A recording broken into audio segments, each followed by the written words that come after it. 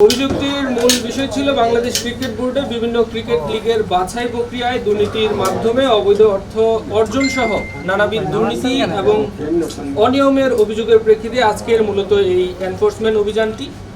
এখানে আমাদের কাছে সুনির্দিষ্ট কিছু অভিযোগ ছিল, তার মধ্যে আছে থার্ড ডিভিশন কোয়ালিফাইংয়ের ব্যাপারে 2023 সালের টিম সিলেকশন সহ বিগত বছরগুলোতে টিম সিলেকশন কিভাবে হয়েছে আমরা এখানে এসে দেখেছি যে আগে টিম সিলেকশন বা তাদের আবেদনের জন্য ফি নির্ধারণ ছিল 5 লক্ষ টাকা।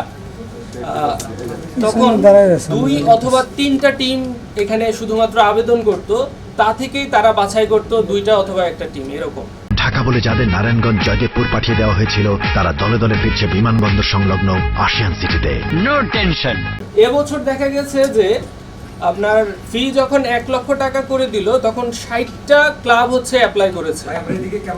এখন আমাদের কথা হলো যে কেন আগের বছরগুলোতে 2টা বা 3টা টিম অ্যাপ্লাই করতো ক্লাব কোয়ালিফাইং এর জন্য, আর এখন কেন একসাথে মানে 60টা টিম অ্যাপ্লাই করেছে? এটা হয়তো বা কিছু কারণ আছে, আমরা ডকুমেন্টস কালেক্ট করেছি যে এখানে ব্যক্তিগত কোনো প্রভাব ছিল কিনা বা হয়তোবা থাকতে পারে বোর্ডের কোনো প্রভাব ছিল কিনা এই থার্ড ডিভিশন কোয়ালিফাইংয়ের যেই সিলেকশন প্রক্রিয়ায়। এবং বেশ কিছু ক্রাইটেরিয়া ছিল যেগুলো আসলে পাড়া মহল্লার যেই ক্লাবগুলো আছে তাদের পক্ষে এগুলো মিট আপ করা সম্ভবও ছিল না। এই জিনিসগুলো আমরা একটু যাচাই বাছাই করে দেখব। আরেকটা ব্যাপার আছে যে টিকিট সেলিংয়ের ব্যাপারে আমরা এখানে দেখেছি বিপিএল এর 3rd আসর থেকে 10ম আসর পর্যন্ত টিকিট সেলিংয়ের যেই আয়টা, আপনারা জানেন যে বিসিবির মানে অন্যান্য আয়ের একটা পার্ট হচ্ছে টিকিট সেলিং থেকে আয় আসে। সে আয়ে দেখা গেছে যে গত 8 বছরে 3য় থেকে 10ম আসর পর্যন্ত 15 কোটি টাকা আয় দেখানো হয়েছে।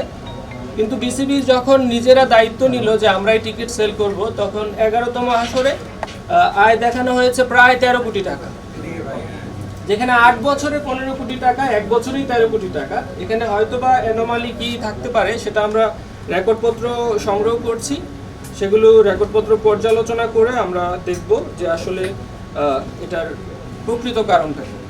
তাছাড়া মুজিব 100 একটা প্রোগ্রাম ছিল, সেখানে ব্যয় দেখানো হয়েছে, সেই ব্যয়গুলোতে কিছু অ্যানোমালি আছে। অভিযোগ সম্পর্কে রেকর্ডপত্র সংগ্রহ করা হয়েছে, সেগুলো আমরা যাচাই বাছাই করে আমরা আমাদের এনফোর্সমেন্ট ইউনিটে প্রতিবেদন দাখিল করব। সেই অনুযায়ী কমিশন সিদ্ধান্ত নেবে আসলে পরবর্তী পদক্ষেপ কি হবে। যে স্পন্সর সহ যে প্রোগ্রামটা হয়েছিল এখানে ইন টোটালি প্রায় হচ্ছে 25 কোটি টাকার মতো হচ্ছে খরচ দেখানো হয়েছে। বাট অ্যাকচুয়ালি আমরা যে অভিযোগ পাইছি সেটার কথা বলতেছি, বাট অ্যাকচুয়াল খরচ হয়েছে 7 কোটি সামথিং। এখানে প্রায় 19 কোটি টাকা মানে খরচ দেখানো হয় নাই, না দেখে সামহাও এটা সরানো হয়েছে কিছু সেরকম একটা অভিযোগ পেয়েছি। তো এখন পর্যন্ত যেটা হচ্ছে এটার ব্যাপারে ফিনান্স ডিপার্টমেন্টের কাছে আমরা ডকুমেন্টগুলো চাইছি।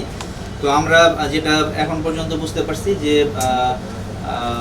লাস্ট কিছু আমাদের অভিযোগ প্লাস হচ্ছে কিছু ডকুমেন্ট পর্যালোচনায় এখানে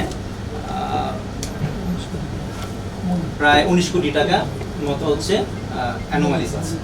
আর হচ্ছে এখানে টিকিট বিক্রি বাবদ প্রায় 2 কোটি টাকার মতো আয় হয়েছে। এটাও আমরা অভিযোগ পেয়েছি যে এই 2 কোটি টাকা খরচের মধ্যে দেখানো হয়নি।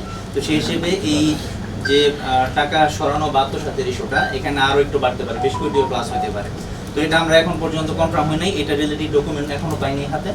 এটা ডকুমেন্ট পেলে অ্যাকচুয়াল ফিগারটা আমরা বলতে পারবো। এটা অভিযোগের কথা আমি বললাম, এটা নিয়ে কাজ করতেছি।